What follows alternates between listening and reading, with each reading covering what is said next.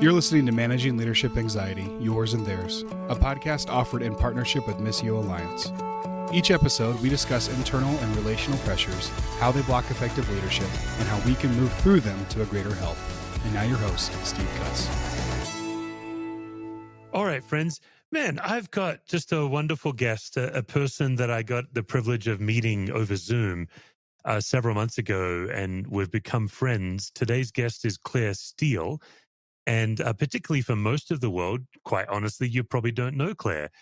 But for those down under, a lot of people know Clare because, I think everybody knows Compassion International, one of the largest world relief organizations in the world. And what you may not be aware of is they have these huge chapters all over the world. And so Clare is the CEO of Compassion Australia.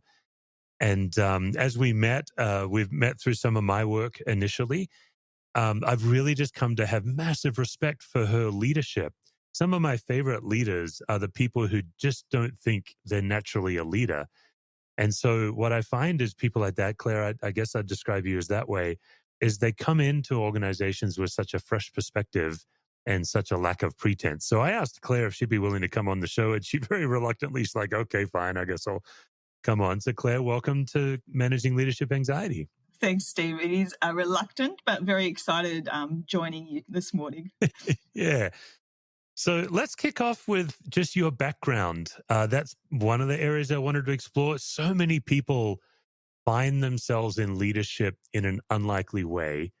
I think you've shared some of that's your journey. Just tell us your journey into leadership. Yeah, I'm actually was thinking through this today because I'm sharing with some Year 12 students later on. And I started my career, I guess, as an engineer. I studied mechatronics, which is robotics, right?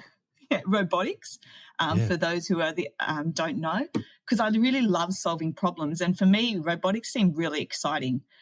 I'd read lots of Isaac Asimov. I'd seen movies. I thought, wow, who doesn't want to create some robots? Unfortunately, I've never created a robot. That's one thing I hope to do one day.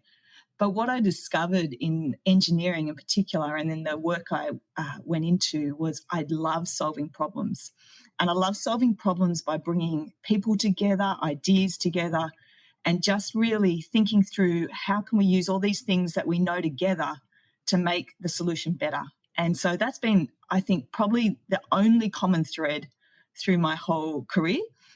Every role I'm in, it's about solving problems, but different problems. So I sort of went from consulting to a financial institution, and then ended up as a youth and children's worker, actually, with my husband. We job shared. And there's lots of different problems there. They're not quite the IT and tech solutions, but you get to think through how you can share the gospel with families that have never heard, and new and creative ways to do that. And then from there, I went to managing childcare centres and preschools in Australia. And from there to a women's foundation that we're really looking at how we could equip women to flourish in sharing the good news of Jesus. And so that was really exciting. And you're right, my husband and I had never heard of Compassion until about 5 years ago. And the first step in that was Matt was a minister in inner city, Sydney. And he received an email. I remember the day. He received an email asking if he wanted to go on a pastor's trip to see the work of Compassion. And he forwarded it to me at work, and he said, well, this all seems a little bit random. I can't really see how this would change what I do or my life, or don't really have time, don't think should bother. And I just wrote back and said, if that's what you think, but we're not very big risk takers, our family. We like to have control, and we're pretty like stability. And I said, well, maybe this is something we should give a go. And so he went. He went to the Philippines, and I journeyed along with him on the other side of the phone, which is really, really hard to do. I was at home. We have 3 children, so I was looking after them and working. And each night I'd chat to Matt. And for the first 3 or 4 days, I just hear his heart breaking and him at loss to know how to respond to these situations. He'd never seen poverty in this form before, and neither had I. And we got to a point, I think it was about a Thursday night, where he just sort of said, I don't think I can come home. And here I am sitting in Sydney with 3 children by myself thinking, I think you better come home. But that was because he didn't know how to live his life in Australia now after what he'd seen. And he met a young man who had gone through the Compassion program and was now working for Accenture, which is the organisation I started working for when I came out of college. And he was doing the exact same role that I did. And Matt just said to him, because the difference was I would go home to a beautiful house every night and have food to eat. This young man still would go home and live in a 4x4 metre home and support his mum. And so Matt just sort of said to him, like, how do you live this life, these two totally different worlds of helping companies make more money and then going home to a place of great poverty? And he just said to Matt, well, I can only do what I'm called to do at the moment. And at the moment, that is to go to work, use my skills and gifts, come home, support my mum. And he still volunteered at one of the Compassion projects on the weekend to help other children be able to see a future and hope and dream. And so that really inspired Matt. And he came home and he said, well, what have I got? I've got a church. I want to inspire them to care for these people.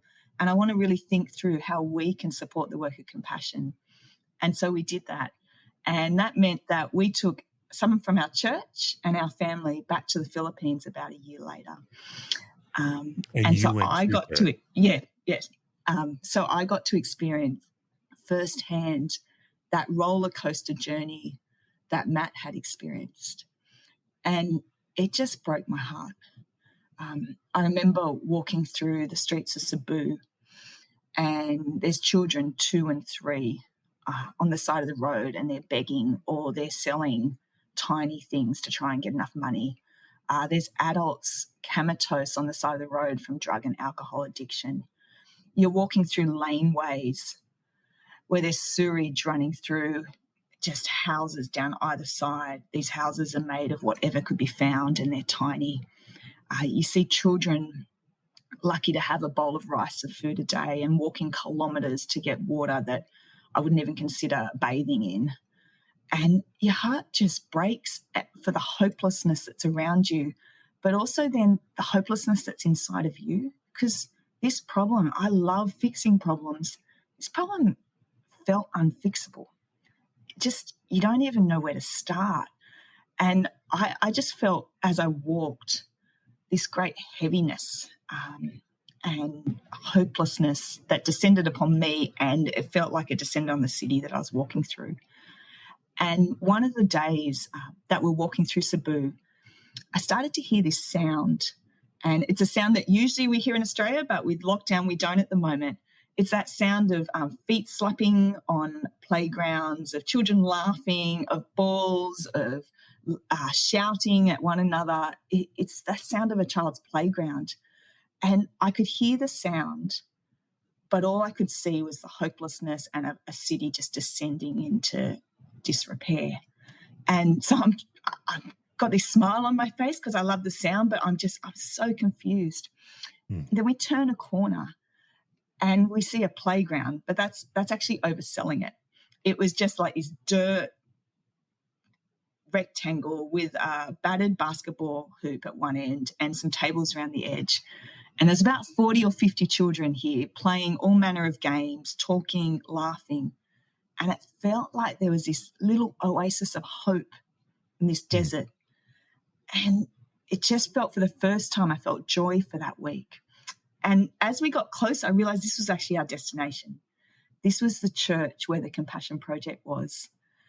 And it made me realise that it's not that you have to solve the whole problem, but that these bright spots in a city could have a ripple effect out through a city and then out through a region and a country and then hopefully the world.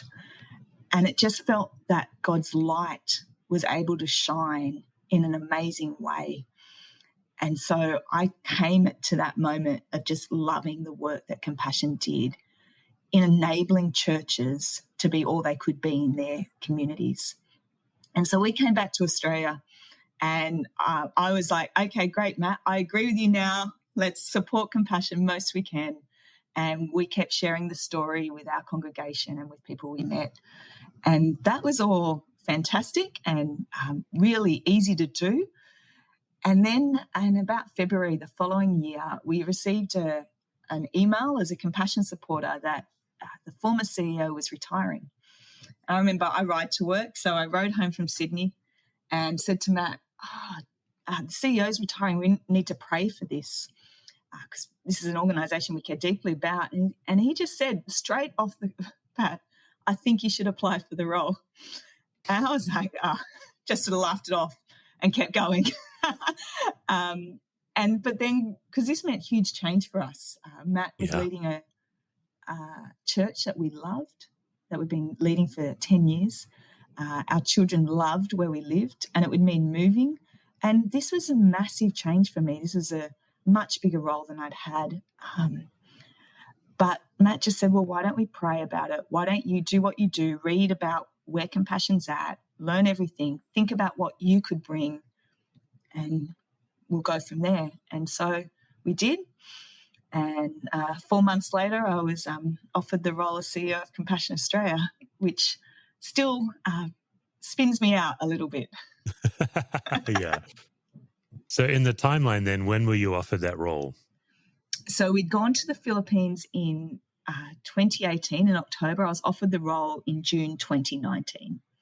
Yeah. About 9 months before COVID really blew everything up, if my maths is correct. Yes, that's right. Yeah. I want to dive into a few things here, Claire, but just as I'm listening to, like, you're such a vivid storyteller, the way your ability to put us on that street, just watching as you're watching, it's really profound. And I was just paying attention to what I was feeling as you were saying that. And I think for many of us who have a trip like that, we can come home, we can go through all that overwhelm and all of the guilt and the disparity.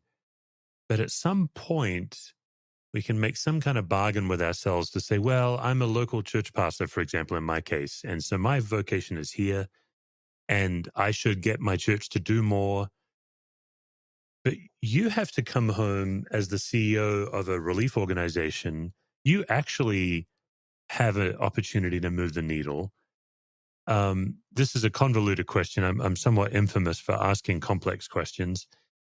But I've interviewed a number of people in your kind of role before, like Christine Kane with her work with A21, and Rich Stearns from World Vision, Jimmy Miato, who you know well. And I really marvel at people who are on the front lines of this, chipping away at a grinding, massive, overwhelming problem. What do you do to make sure that you're not burning out? What do you do to decide, okay, I've done enough for today? It's got to be incredibly overwhelming. Like, even behind you, we're not, the podcast is audio, but I'm looking at a large poster right behind you, which is a daily reminder for you of the kids you're serving.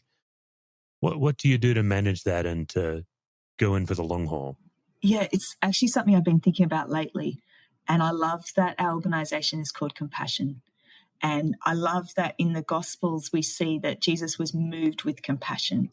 And that word alone, it calls you to feel and to actually enter into suffering with others. And so that's huge. And if you do that, it can be overwhelming. But I think as Christians, we're almost the only people that can enter into that, because we know that it's not our job to fix the whole world, and we know we can't. And we almost start from that position that we can't achieve what we want to achieve, but Jesus and God have. It's not even that they have. The victory's already won and new creation will come. And so what we're part of that journey towards new creation.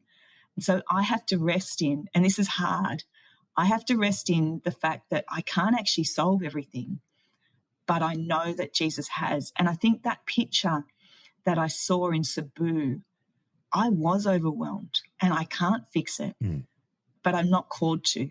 I'm just called to do what I can do, and I'm called to call others to that, but I'm not the one that is going to solve the problem. Disappointingly, I'd love to solve the problem, but to really move with compassion, we have to trust that Jesus has gone ahead of us. Yeah, it's really interesting to me how often God calls us with our gifts and our shadow side into a role that it's not about us, but the role itself puts pressure on our comforts. So the idea that God would call an engineer-minded person who most loves to fix something that really can't be fixed, or at least not in our lifetime, or maybe, but even if we could ever eliminate global poverty in our lifetime, that would be a miracle. It would be. What have you done to mitigate this need to manage and control and clean up with this overwhelming need? I think the question, what have you done? I think it's a constant doing. I sit in meetings regularly, frustrated that we can't do more. And I have to keep remembering that every step that we do is moving forward. Mm. I think I will live with that tension my whole life, that we haven't achieved what I want to achieve, and we haven't solved global poverty. I mean, what's the best outcome for compassion? That I have to shut it down, that there's no more to fix. Right, you're sitting around at home bored. That's not a great place to be. As an organisation, what's your outcome? I want to shut the organisation down because there's nothing left to do. And so I think I have to learn to live with that tension. And you've talked about, to me, give myself the grace and that I can't solve it. And that would just be a constant daily walk to live out. And it will be a challenge every single day. Yeah. So this was your first CEO role? Yes. Oh, God, goodness me. And then, in my opinion, it takes much longer to settle in than you think, or than your team thinks. I don't mean you, Claire. I mean any new leader. As you know, our church is facing a leadership transition. I've been here for 16 years, and as of the recording of this, we're down to 2 candidates for my role. I know it's getting close, and I'm feeling all the feels and trying to pay attention to my my own journey. But the last staff meeting with my staff, I had a word about just setting expectation. If like both candidates, we have 2 great candidates, by the way, and I'm mindful that they might be listening, which is weird, but they're both fantastic. Neither one of them have been a lead pastor before. Yeah. And just saying to my staff, like, you might need to give them 2 or 3 years. Yeah. They'll lead well. It's not that they don't know how to lead, but to settle into this role, it takes a while. So you had only a number of months, and then COVID just blew everything up. Yeah. Take us back to that kind of March of 2020 and what was going on in you and in Compassion. It was interesting. So I started in January 2020, and the week I started, we were already asking questions. Compassion usually flies people around the world quite often, and our team was already asking questions about, do we divert travel so that we're not flying through China? So COVID was already on the agenda. And I remember March 2020, I was at a Hillsong Colour conference. Thousands of women gathered, and there was beginning to get these hints that life in Australia was going to change quickly, and that this is the last large conference I've been to in the last 2 years. And even at that conference, people were not sure. Could you hug one another? Could you shake hands? Is it okay to sit next to each other? There's already that tension of, we don't know what this is going to look like. And a week later, Australia shut down. And when I say shut down in Australia, it's really shut down. It's radius of 5 kilometres. It's you don't go out, school's offline. Lockdown in Australia is severe. And let me just jump in here, Claire. Obviously all my family are still back home in Perth. And for those, for the non-Aussies, Western Australia, my home state in Perth, has got quite a bad reputation right now in Australia because the Premier, the equivalent in America of a governor, is so strict in Western Australia. So my mum has quite a serious illness, and she has to drive 6 hours to the city to get treatments, once a quarter or so. But she has to have a letter from a doctor because the police pull her over because she's driven more than 20 kilometres. Yeah. So, yes, just to give context for our listeners, Australia is taking lockdown extremely seriously. Yes, I think I'll be allowed to fly to Colorado to see you before I could fly to see your mum. That's probably right, yeah. That's probably true. Yeah. So that started, and Obviously, that was a massive impact for us at Compassion because we work through churches and we work through church presentations, and we as an executive team had to make a decision. It is possible, and we didn't know the global economic impact this would have, but we're guessing it could be quite large. We've got businesses shut down around the country, and so we had to make a fairly drastic budget of a huge reduction in funds. And as most organisations, our biggest cost is our team. Oh. And I think one of the things that was easy to make was we knew that the impact on COVID would be hard for people in Australia, but it would be even harder for those living in poverty. And that's played out. We're seeing up to 100 million more people return to extreme poverty. So if you start from that point, you know that the thing that we can do is get as much funds to the field as possible during this season.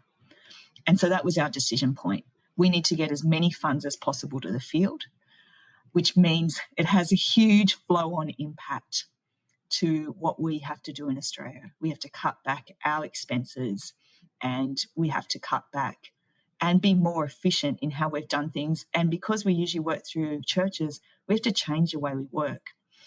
And so there was huge implications for what that meant. And your comment about coming into an organisation and how long it takes to settle in, I'm an introvert, and I love talking to people one-on-one in small groups. I don't particularly love standing up front, and I really don't love Zoom and talking to 150 people over Zoom. And so while we had massive organisational changes we had to make, I'm leading an organisation that doesn't know me. And so that combined has made it a hard 2 years. How do you let people know you over Zoom? I can't visit all our teams. I've never been able to visit our WA team. And a lot of the other teams I wasn't able to visit for very much time at all. The last time our whole team has been together was March 2020. And so we're coming up to, it will be 2 years before we all come together again. And so it has been a difficult road. God and our supporters have been absolutely crazily generous. And not just in Australia, but Compassion internationally hasn't seen a drop in funds. We've been able to increase how we support families and children. We're not a disaster relief organisation, but we've been able to distribute over 15 million multi-week food packs because the churches on the field, like the 8,000 churches we work with, have taken food and they've walked and they've driven everywhere to every family. And I think that's the story I want to share, and that's the story I want my team to get excited about. We've been part of enabling that through the changes we made, but the churches on the front line, they're the ones that have made more change and more sacrifice than we have as well. Yeah, it's really poignant to hear you talk about coming in to lead an organization where the stakes are so high and you've not had the opportunity to just build the natural trust that comes through bumping shoulders, just bumping into each other in the hallway or making a particular visit to another field. And it just adds, and people are already anxious about change. Yep. And then anxiety, COVID. So you end up having this compounded anxiety in a team of good people. At some point, Claire, I think every leader young in their role hits a wall where they wonder if they can go on. Was that the case for you? There was a moment actually in January this year where I just wondered if what I thought was the path ahead maybe was actually not correct. I'd come in and I thought I'd seen fairly clearly where we wanted to go, but maybe that wasn't right.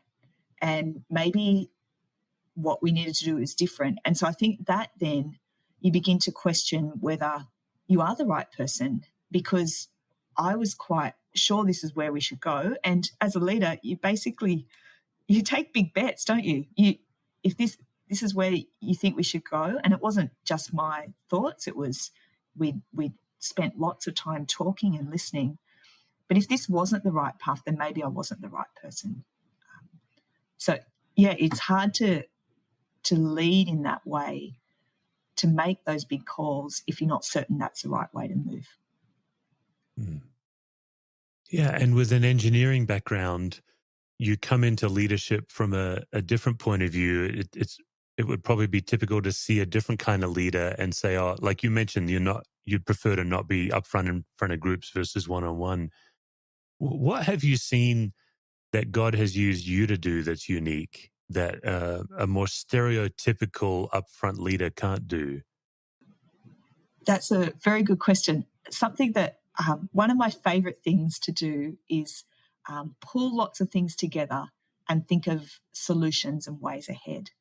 And one of the things that I'm so excited I get to be part of, and actually pinch myself regularly, is that I've been part of building global strategy for compassion.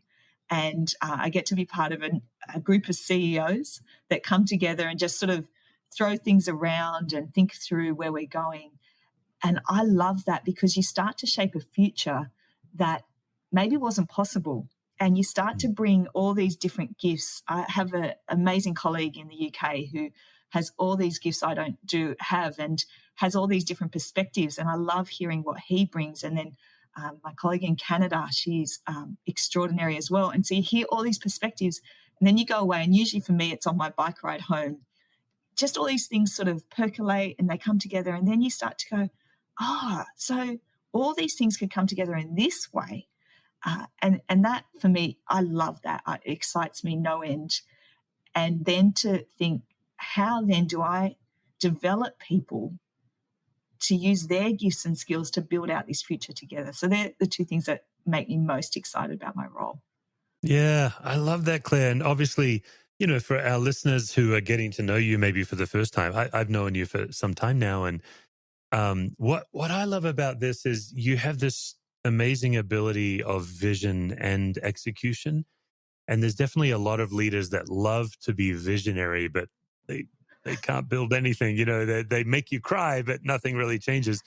And then, of course, these more tactical leaders that they're very clean, but I think I guess I'm saying this for our listeners. I find when you talk about a visionary leader, you're picturing somebody who can light up the hearts of 3,000 people in a room. Yeah. I think vision's much more simple. I think it's when you say it, I can see it. Yep. I think that's all vision is. If you say it, I can see it, then it's vision because I can see it. Yep. And whether that's thousands of people rowing but when you talk about that first trip you took, Matt's second trip, your first trip, like we were there. We were just right there with you. That's vision. And so I think I love that you are leading this organization with it's very clear vision. Yeah. And then everything is ordered under what matters most, which is resourcing these incredible people of faith and in conditions that would probably do most of us in, and yet they're thriving and shining. Yeah. I'd love to hear any thoughts you have about do you see yourself that way as a visionary leader, or how does that strike you? I'm actually going to take you back to Cebu. And a few minutes after we walk through that playground, and at this stage, I'm wearing a crazy hat, I'm wearing necklaces, have children running around me, and we're led up some stairs to a stage and a hall. And it's boiling hot, it's humid, we're sitting on plastic chairs. There's huge noise. There must be like 100, 150 people in this hall. It's echoing. But then all of a sudden, it all drops. The noise all drops. And what happens is we walk on, 5 women walk onto the stage. And they stand there for a moment in silence. And then all of a sudden, one by one, they hold up signs describing who they are. And they're words like addicted, unworthy, unwanted, discarded. And at this time, I don't know how to react. I've just had this moment where I feel like there's hope in the city. And I walk into a room where words that I would hope never describe anyone are displayed for all to see. Mm. And they stand there in silence, and there's silence throughout the room for 20 seconds. And then all of a sudden, they turn over words that now describe them. And they're words like redeemed, loved, worthy. And that's the vision I hold in my head when I'm leading our organisation. Because these women, and when I have to speak and I'm nervous, I remember them because these women don't have a voice. But they're the vision of what we want to create. And we had the great joy of walking through the community with one of these women later on. And the community that I'd thought was so broken and hopeless, she started to show me the light that was coming into the community. And she started to talk about her friends and how they had changed their lives by doing things. That she showed me this Christmas tree they'd made out of plastic bottles because they wanted to share the joy of Christmas with their community. And so she has this vision for her community and she's working it out step by step. And so whenever I think through what is the vision for Compassion Australia, I hold her in my mind and think about how do we start to build the community in our team and in Australia that starts to be lights and starts to show the light that is happening in these communities around the world. So I hold that in my head to try and communicate the vision I want to bring. I think you talk about, like, you talk with such clarity about why what you do matters. How hard is it in the day-to-day operations to keep that front and center? How easy is it to get distracted into the details? Yeah, that's a really good question. I'm a detailed person. I like to know a lot of things. There's two questions in that, I think. How hard is it to keep that in focus? And then how do you not get frustrated when you're not achieving what you think you need to achieve for that vision? I think one of the things actually Jimmy Mulatto talks about doing is watching the stories from the field that we have. And so we've made a change recently. We meet together as a staff every week, currently online, but we show a story from the field every week. And we have national directors who about every 6 months share stories of what's been occurring. And so we start the day with that and then really start praying for them. I think it's keeping that at the forefront and hearing that we're part of a bigger global family that is working on this, and it's not just about all that we do. I think that keeps us making sure that we're really thinking through the impact of our actions rather than the detail of our actions.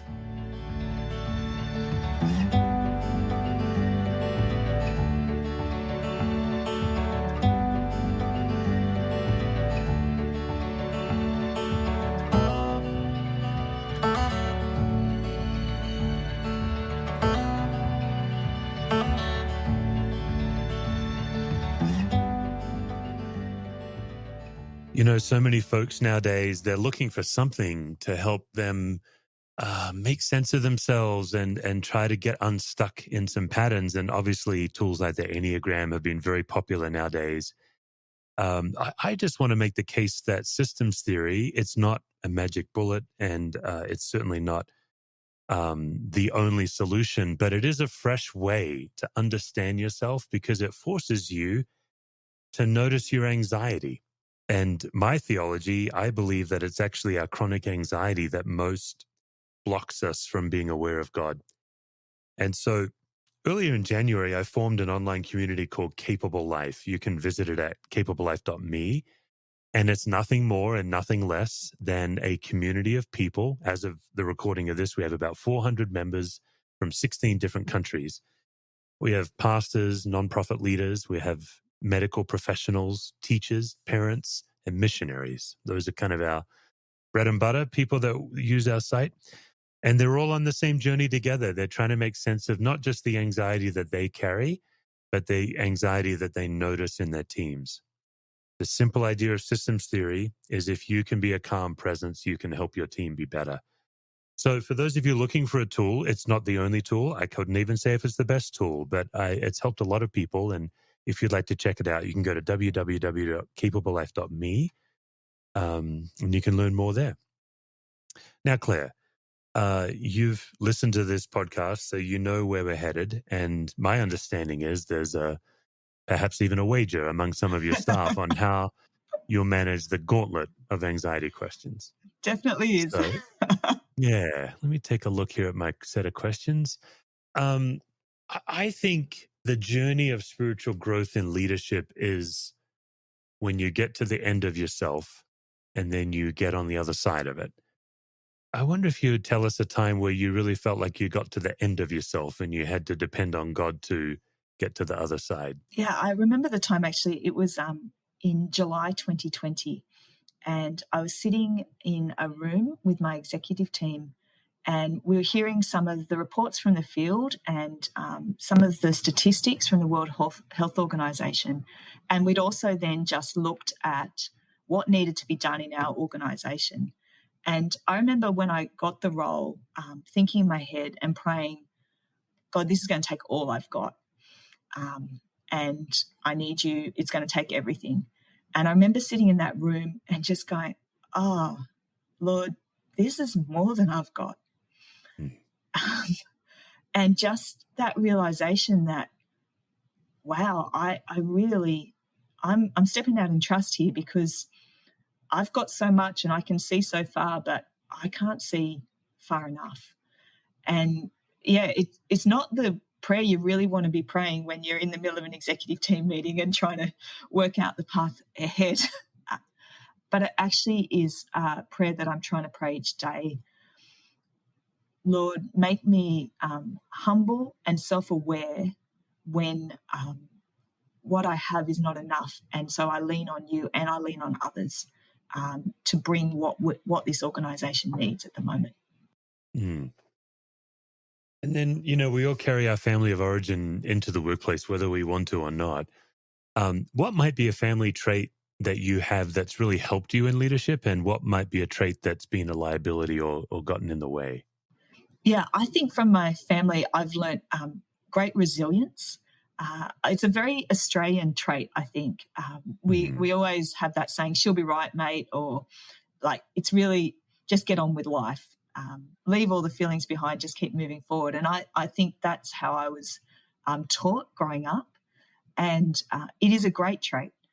You do learn to process and move ahead. It's also my biggest weakness, because sometimes you move ahead without processing or without being aware of how it's impacted you and others, the situation. And so I think you can create barriers and boundaries around yourself that don't let people know you, also don't let you be who you are in the moment. You're just so busy moving forward. The saying, she'll be right, mate, is basically disregarding everything that's happened and just keep going. Yeah, I like that. That's true. Yeah, I often have to explain to people, living in America, that this laid back thing that Aussies all have, we all have it. Yeah. Part of it, there's something true about it, and it's also shtick. Like, it's both. Yeah. It's also like a learned behavior to manage rather than actually process what's really going on.